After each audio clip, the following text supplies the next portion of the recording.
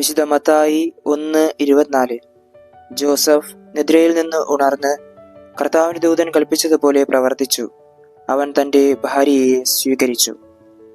മിശിഹായിൽ ഏറ്റവും സ്നേഹം നിറഞ്ഞവരെ, ഈ തിരുവചന ഭാഗത്ത് നാം കാണുക സ്വന്തം ഇഷ്ടങ്ങളെ മറന്ന് ദൈവഹിതത്തിന് പ്രാധാന്യം നൽകുന്ന യൗസേ പിതാവിനെയാണ്.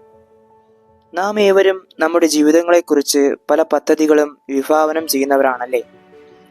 എന്നാൽ നാം പലപ്പോഴും ദൈവത്തിൻ്റെ ഇഷ്ടം എന്താണെന്ന് തിരയുവാൻ പരാജയപ്പെട്ടു പോകാറുണ്ട്.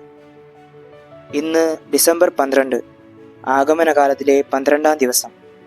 ഇന്ന് ദൈവത്തിൻ്റെ ഇഷ്ടം തിരയുവാനും അത് നമ്മുടെ ജീവിതത്തിൽ പ്രാവർത്തികമാകാൻ വേണ്ട കൃപയ്ക്കായി പ്രാർത്ഥിച്ചുകൊണ്ടും ഈ ആഗമനകാലത്തിൽ ഉണ്ണീശോയുടെ തിരുപ്പിറവിക്കായി നമുക്കേവർക്കും കാത്തിരിക്കാം.